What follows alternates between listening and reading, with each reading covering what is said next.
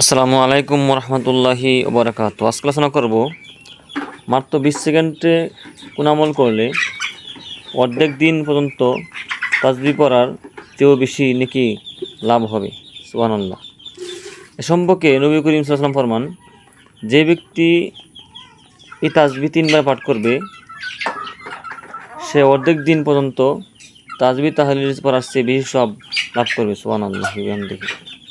তাসবিহটি হলো সুবহানাল্লাহি ওয়া বিহামদিহি আদাদা খালকিহি ওয়া রিদা নাফসিহি ওয়া জিনাতা আরশিহি ওয়া মিদাদা কালিমাতিহি।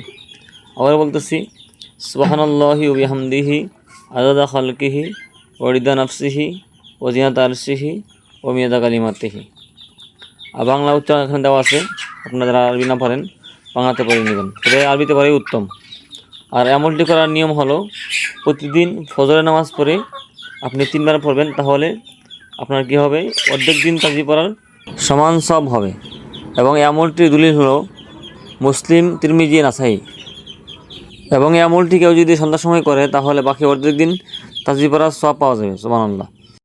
একজন মানুষের পক্ষে সারাদিন সারা রাত আমল করা সম্ভব না, তাসবিহ তাহলিল জিকির করা সম্ভব না, কিন্তু এই আমলটিকে করলে সারাদিন সারা রাত জিকির করার, তাসবিহ পড়ার সব পাওয়া যাবে। সুবহানাল্লাহ। এর জন্য আমরা এই সুবর্ণ সুযোগ হাতছাড়া না করে প্রতিদিনই আমলটি করব, তাহলে আমাদের আমলনামায় এই সব লেখা হবে।